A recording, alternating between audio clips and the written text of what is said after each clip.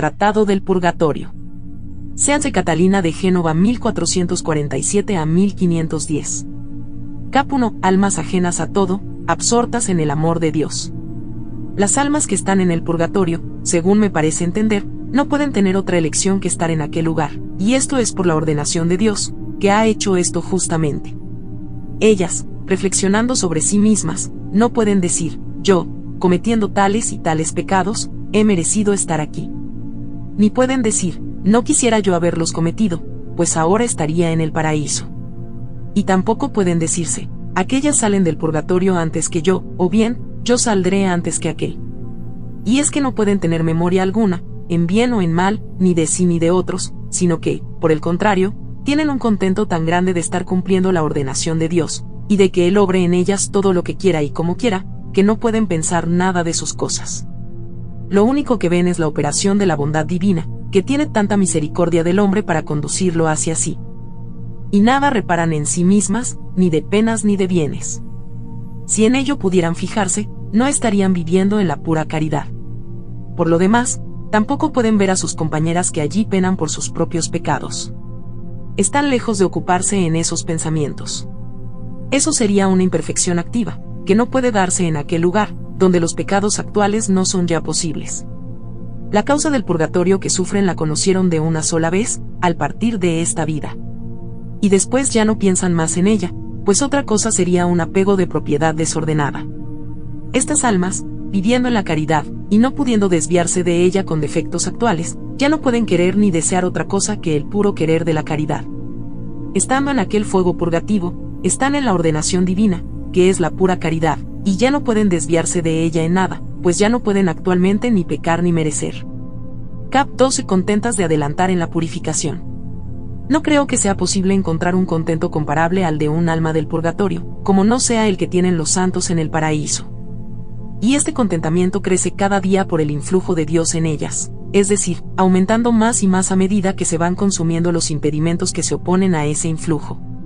La herrumbre del pecado es impedimento, y el fuego la va consumiendo. Así es como el alma se va abriendo cada vez más al divino influjo. Si una cosa que está cubierta no puede corresponder a la reverberación del sol, no por defecto del sol, que continuamente ilumina, sino por la cobertura que se le opone, eliminada la cobertura, queda la cosa descubierta al sol. Y tanto más corresponderá a la irradiación luminosa, cuanto más se haya eliminado la cobertura. Pues así sucede con la herrumbre del pecado, que es como la cobertura de las almas. En el purgatorio se va consumiendo por el fuego, y cuanto más se consume, tanto más puede recibir la iluminación del sol verdadero, que es Dios. Y tanto crece el contento, cuanto más falta la herrumbre, y se descubre el alma al divino rayo. Lo uno crece y lo otro disminuye, hasta que se termine el tiempo. Y no es que vaya disminuyendo la pena, lo que disminuye es el tiempo de estar sufriéndola.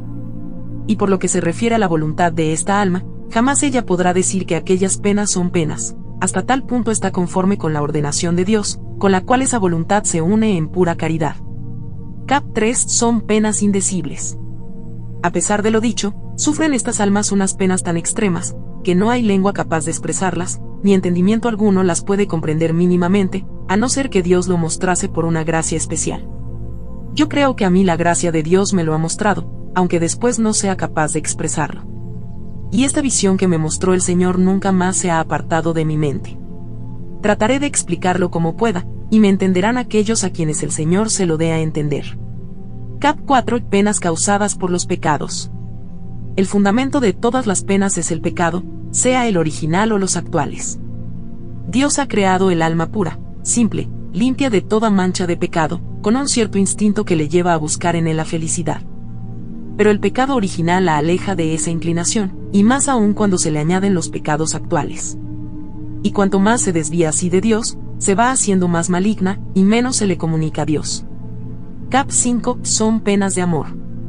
Toda la bondad que pueda haber en el hombre es por participación de Dios. Él se comunica a las criaturas irracionales, según su voluntad y ordenación, y nunca les falta. En cambio, al alma racional se le comunica más o menos, según la haya purificada del impedimento del pecado. Por eso, cuando un alma se aproxima al estado de su primera creación, pura y limpia, aquel instinto beatífico hacia Dios se le va descubriendo, y se le acrecienta con tanto ímpetu y con tan vehemente fuego de caridad que le parece algo imposible ser impedida. Y cuanto más contempla ese fin, tanto más extrema le resulta la pena. Siendo esto así, como las almas del purgatorio no tienen culpa de pecado alguno, no existe entre ellas y Dios otro impedimento que la pena del pecado, la cual retarda aquel instinto, y no le deja llegar a perfección. Pues bien, viendo las almas con absoluta certeza cuánto importan hasta los más mínimos impedimentos, y entendiendo que a causa de ellos necesariamente se ve retardado con toda justicia aquel impulso, de aquí les nace un fuego tan extremo, que viene a ser semejante al del infierno, pero sin la culpa. Esta es, la culpa, la que hace maligna la voluntad de los condenados al infierno, a los cuales Dios no se comunica con su bondad. Y por eso ellos permanecen en aquella desesperada voluntad maligna, contrarios a la voluntad de Dios. Cap 6. Los que están en el infierno. Aquí se ve claramente que la voluntad perversa enfrentada contra la voluntad de Dios es la que constituye la culpa y, perseverando esa mala voluntad, persevera la culpa. Los que están en el infierno han salido de esta vida con la mala voluntad, y por eso su culpa no ha sido perdonada, ni puede ya serlo, pues una vez salidos de esta vida, ya no puede cambiarse su voluntad. En efecto, al salir de esta vida el alma queda fija en el bien o en el mal, según se encuentra entonces su libre voluntad. Está escrito, ubite in venero, es decir, en la hora de la muerte, según haya voluntad de pecado o arrepentimiento del pecado, ibi te judicabo, donde te encuentre, allí te juzgaré, Eclesiastés 11,3. Este juicio es irrevocable, pues más allá de la muerte ya no hay posibilidad de cambiar la posición de la libertad, que ha quedado fijada tal como se hallaba en el momento de la muerte. Los del infierno, habiendo sido hallados en el momento de la muerte con voluntad de pecado, tienen consigo infinitamente la culpa, y también la pena. Y la pena que tienen no es tanta como merecerían, pero en todo caso es pena sin fin. Los del purgatorio, en cambio, tienen solo la pena, pero como están ya sin culpa, pues les fue cancelada por el arrepentimiento, tienen una pena finita. Cap 7. Penas moderadas por la misericordia de Dios.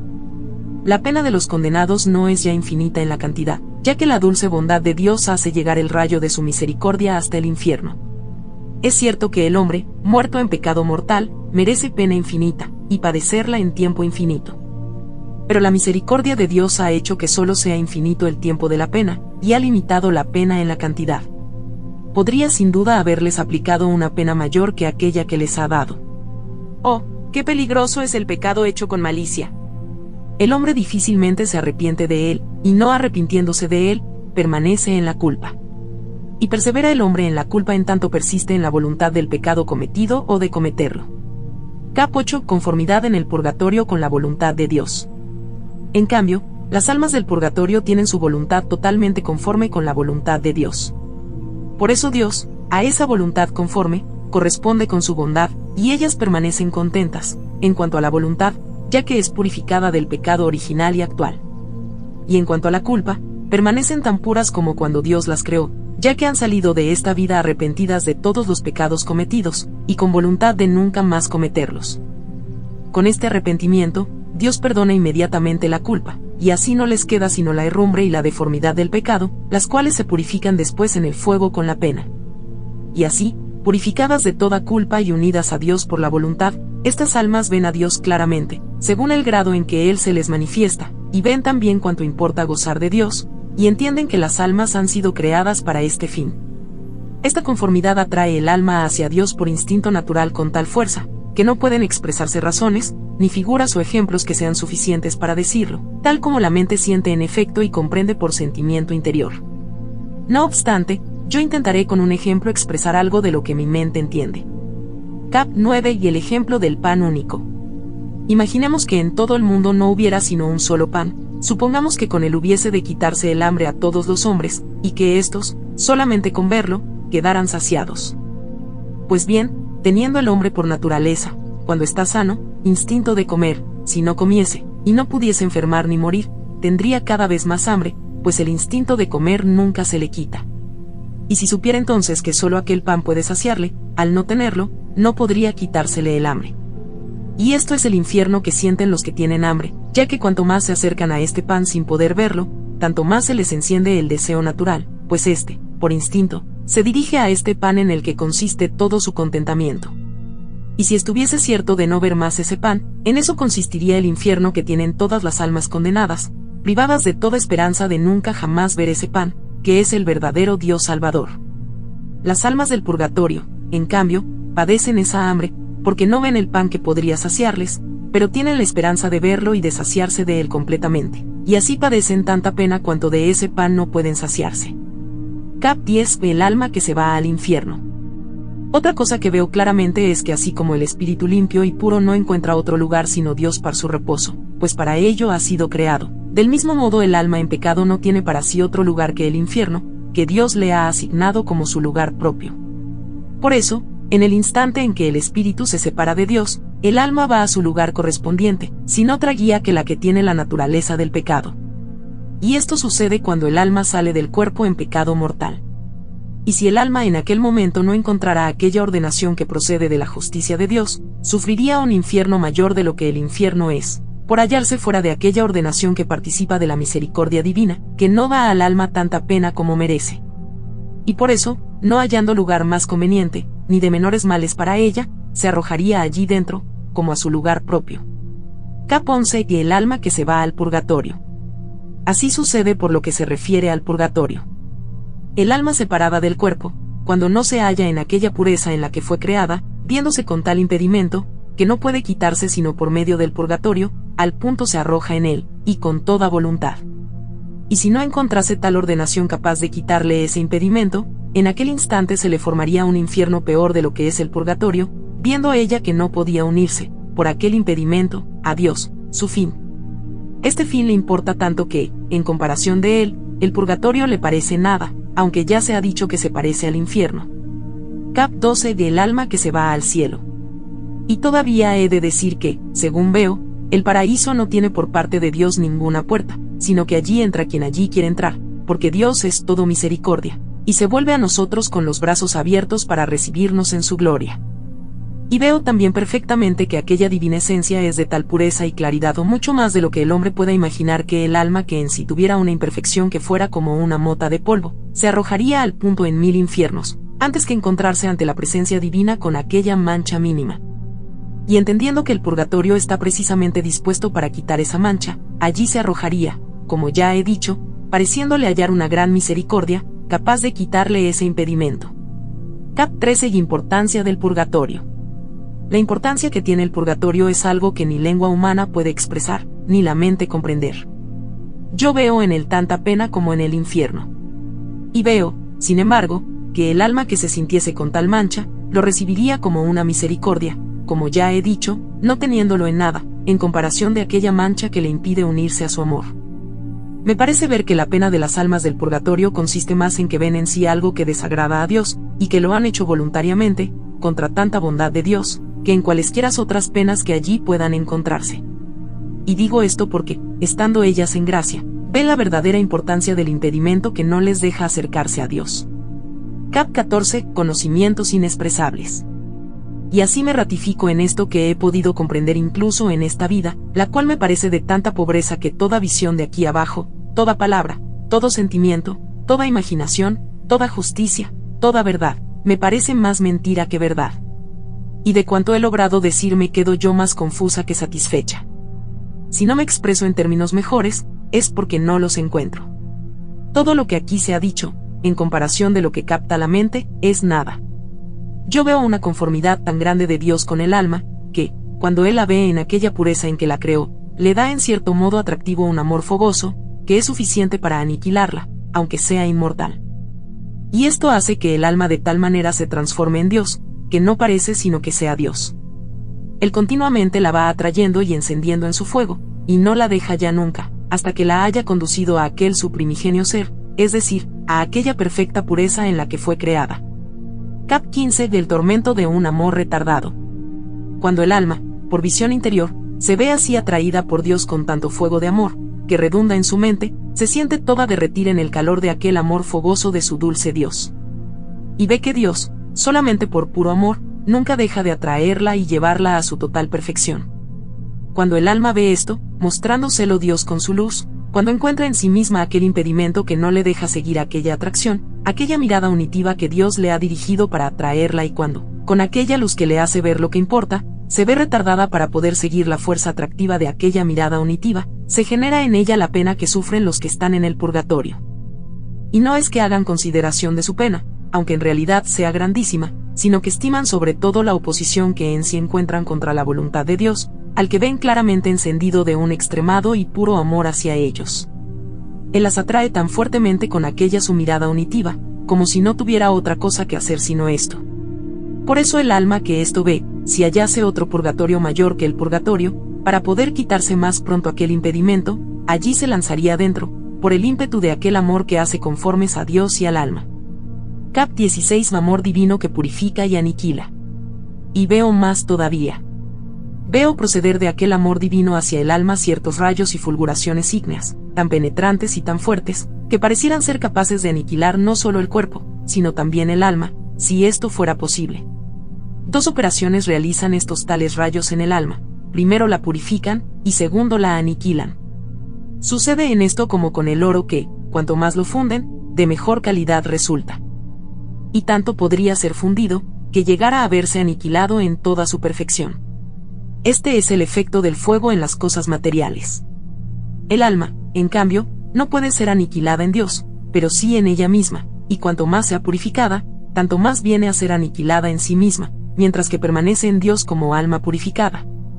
El oro, cuando es purificado hasta los 24 quilates, ya después no se consume más, por mucho fuego que le apliquen, pues no puede consumirse sino la imperfección de ese oro. Así es, pues, como obra en el alma el fuego divino. Dios le aplica tanto fuego, que consume en ella toda imperfección y la conduce a la perfección de 24 quilates, cada una en su grado de perfección. Y cuando el alma está purificada, permanece toda en Dios, sin nada propio en sí misma, ya que la purificación del alma consiste precisamente en la privación de nosotros en nosotros.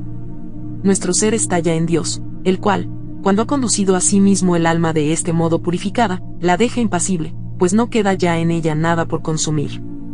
Y si entonces fuese esta alma purificada mantenida al fuego, no le sería ya penoso, sino que solo vendría a ser para ella fuego de divino amor, que le daría vida eterna, sin contrariedad alguna, como las almas bienaventuradas, pero ya en esta vida, si esto fuera posible estando en el cuerpo.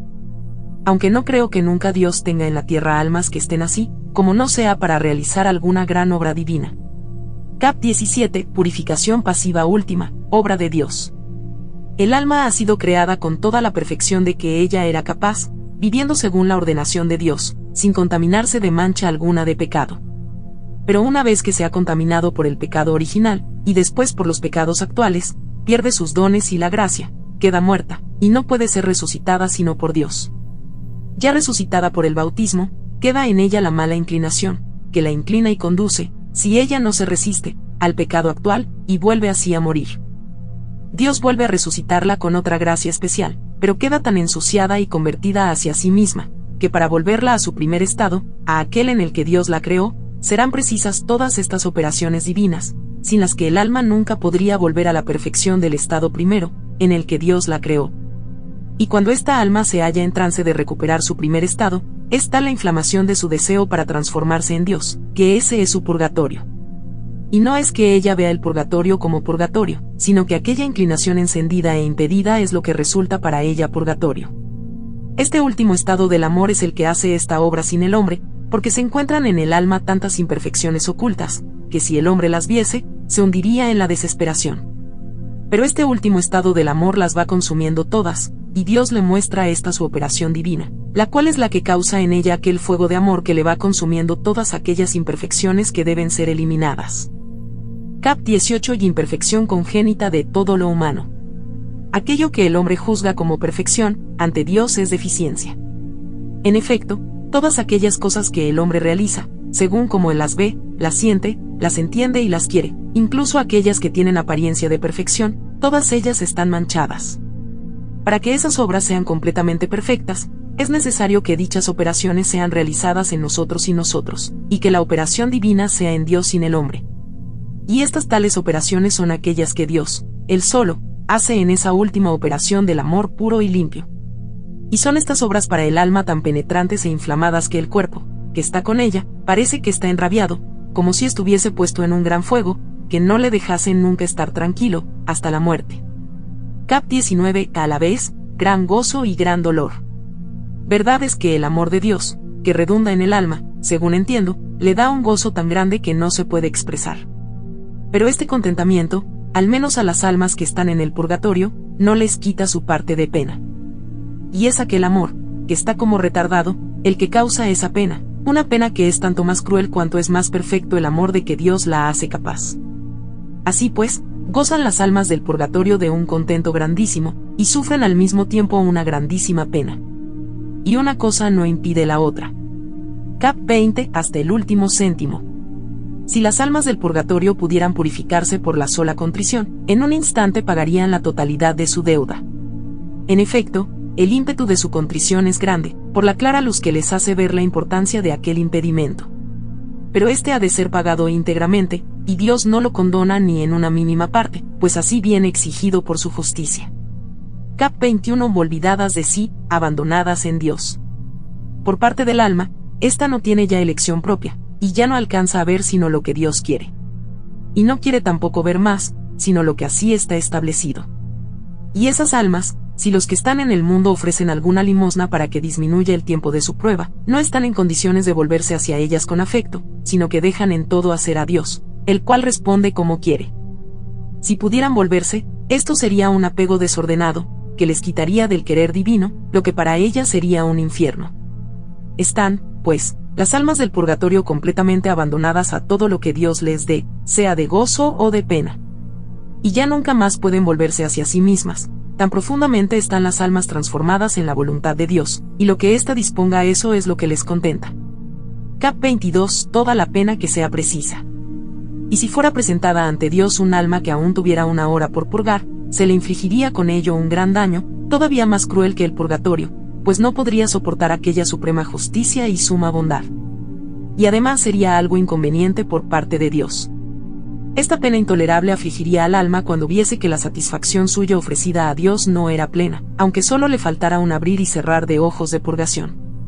En efecto, antes que estar en la presencia de Dios no del todo purificada, preferiría arrojarse al instante en 1000 infiernos, si pudiera tomar esta elección. Cap 23. Miseria de la ceguera humana ante estas verdades. Ahora que veo claramente estas cosas en la luz divina, me vienen ganas de gritar con un grito tan fuerte, que pudiera espantar a todos los hombres del mundo, diciéndoles: oh, miserables. ¿Por qué os dejáis cegar así por las cosas de este mundo, y para una necesidad tan importante, como en la que os habéis de encontrar, no tomáis previsión alguna? Estáis todos amparados bajo la esperanza de la misericordia de Dios, que ya dije que es tan grande, pero ¿no veis que tanta bondad de Dios va a haceros juicio, por haber actuado contra su voluntad? Su bondad debería obligaros a hacer todo lo que Él quiere, pero no debe daros la esperanza de cometer el mal impunemente. La justicia de Dios no puede fallar, y es preciso que sea satisfecha de un modo u otro plenamente. No te confíes, pues, diciendo: me confesaré y conseguiré después ganar la indulgencia plenaria, y al momento me veré purificado de todos mis pecados. Piensa que esa confesión y contrición, que es precisa para recibir la indulgencia plenaria, es cosa tan difícil de conseguir que, si lo supieras, temblarías con gran temor, y estarías más cierto de no tenerla que de poderla conseguir. Cap 24. Paz y gozo en la purificación. Yo veo que las almas del purgatorio entienden estar sujetas a dos operaciones. La primera es que padecen voluntariamente aquellas penas, conscientes de que Dios ha tenido con ellas mucha misericordia, teniendo en cuenta lo que merecían, siendo Dios quien es. Si su inmensa bondad no atemperase con la misericordia la justicia, que se satisface con la sangre de Jesucristo, un solo pecado hubiera merecido 1000 infiernos perpetuos. Y por eso padecen esa pena con tanta voluntad, que no quisieran les fuera reducida ni en un gramo, tan convencidas están de que la merecen justamente, y de que está bien dispuesta. Así que, en cuanto a la voluntad, tanto se pueden quejar de Dios como si estuvieran en la vida eterna. La otra operación es la del gozo que experimentan al ver la ordenación de Dios, dispuesta con tanto amor y misericordia hacia las almas. Y estas dos visiones las imprime Dios en aquellas mentes en un instante. Ellas, como están en gracia, pueden entenderlas según su capacidad, y ello les da un gran contentamiento que no viene a faltarles nunca, sino que va acrecentándose a medida que se acercan a Dios.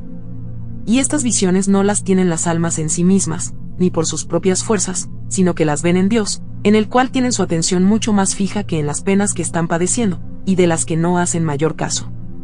y la razón es que por mínima que sea la visión que se tenga de Dios, ella excede a toda pena o gozo que el hombre pueda captar, y aunque ceda, no le quita sin embargo nada en absoluto de ese contentamiento. Cap 25. Yo vivo en la tierra el purgatorio.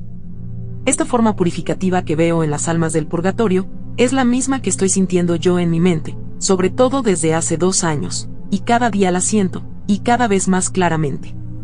Veo que mi alma está en su cuerpo como en un purgatorio, de modo semejante al verdadero purgatorio, en la medida, sin embargo, en que el cuerpo lo pueda soportar sin morir. Y esto siempre va creciendo hasta la muerte. Veo al espíritu abstraído de todas aquellas cosas, incluso de las espirituales, que le podrían dar alimento, como sería alegría y consolación. Y es que ya no está en disposición de gustar alguna cosa espiritual, ni por voluntad, ni por inteligencia, ni por memoria, de modo que pueda decir, me da más contento esto que aquello otro. Cap 26. Ayuno en el interior. Mi interior se encuentra de tal modo asediado, que todas aquellas cosas que mantenían la vida espiritual y corporal le han sido quitadas poco a poco. Al serle quitadas ha conocido que no eran sino unas ayudas, y al reconocerlas como tales, de tal modo las va menospreciando que todas ellas se van desvaneciendo, sin que nada las retenga. Y es que el espíritu tiene ya en sí el instinto de quitar todo lo que pueda impedir su perfección, y está dispuesto a obrar con tal crueldad que se dejaría poner en el infierno con tal de conseguir su intento. Y así va quitándole al hombre interior todas las cosas que podrían alimentarle, y lo asedia tan sutilmente que no le deja pasar la más mínima imperfección, sin que al punto sea descubierta y aborrecida. Y ese mismo asedio hace que mi espíritu tampoco pueda soportar que aquellas personas que me son próximas, y que van al parecer hacia la perfección, se sustenten en criatura alguna. Cuando los veo cebados en cosas que yo he menospreciado ya, no puedo sino apartarme para no verlo, y más aún cuando son personas especialmente próximas a mí. Cap 27. Ayuno en el exterior. El hombre exterior, por su parte, se ve tan desasistido por el espíritu, que ya no encuentra cosa sobre la tierra que pueda recrearle, según su instinto humano. Ya no le queda otra confortación que Dios, que va obrando todo esto por amor y con gran misericordia para satisfacer su justicia. Y entender que esto es así le da una gran alegría y una gran paz. Sin embargo, no por esto sale de su prisión, ni tampoco lo intenta, hasta que Dios haga lo que sea necesario. Su alegría está en que Dios esté satisfecho, y nada le sería más penoso que salir fuera de la ordenación de Dios, tan justa la ve, y tan misericordiosa. Todas estas cosas las veo y las toco, pero no sé encontrar las palabras convenientes para expresar lo que querría decir. Lo que yo he dicho, lo siento obrar dentro de mí espiritualmente. Cap 28. Mi prisión es estar en este mundo. La prisión en la cual me parece estar es el mundo, y la cadena que a él me sujeta es el cuerpo. Y el alma, iluminada por la gracia, es la que conoce la importancia de estar privado, o al menos retardado, por algún impedimento que no le permite conseguir su fin. Ella es tan delicada, y recibe ciertamente tal dignidad de Dios por la gracia, que viene a hacerse semejante y participante de él, que la hace una cosa consigo por la participación de su bondad. Y así como es imposible que venga Dios a sufrir alguna pena, así le sucede a aquellas almas que se aproximan a él, y tanto más cuanto más se le aproximan, pues más participan de sus propiedades. Ahora bien, el retardo que el alma sufre le causa una pena, y esta pena y retardo la hacen disconforme de aquella propiedad que ella tiene por naturaleza. Y no pudiendo gozar de ella, siendo de ella capaz, sufre una pena tan grande cuanto en ella es grande el conocimiento y el amor de Dios. Y cuanto está más sin pecado, más le conoce y estima, y el impedimento se hace más cruel, sobre todo porque el alma permanece toda ella recogida en Dios y, al no tener ningún impedimento externo, conoce sin error. Cap 29. La santa ordenación de Dios. Así como el hombre que se deja matar antes que ofender a Dios, siente el morir y le da sufrimiento, también siente que la luz de Dios le da un celo seguro que le hace estimar el honor de Dios más que la muerte corporal. Así el alma que conoce la ordenación de Dios, tiene más en cuenta esa ordenación que todos los tormentos, por terribles que puedan ser, interiores o exteriores. Y esto es así porque Dios, por el que se hacen estas obras, excede a toda cosa que pueda imaginarse o sentirse. Todas estas cosas que he ido exponiendo, el alma no las ve, ni de ellas habla, ni conoce de ellas con propiedad o daño, sino que las conoce en un instante, y no las ve en sí misma, porque aquella atención que Dios le da de sí mismo, por pequeña que sea, de tal modo absorbe al alma que cede a todas las cosas, de las que ya no hace caso. En definitiva, Dios hace perder todo aquello que es del hombre, y en el purgatorio lo purifica. Fin del tratado. Gracias por escuchar y ver nuestros videos. Por favor suscríbete, comenta, comparte y activa la campanita para que te enteres cuando subimos nuevas publicaciones. Con la protección de María Virgen y abogada nuestra. Dios les bendiga.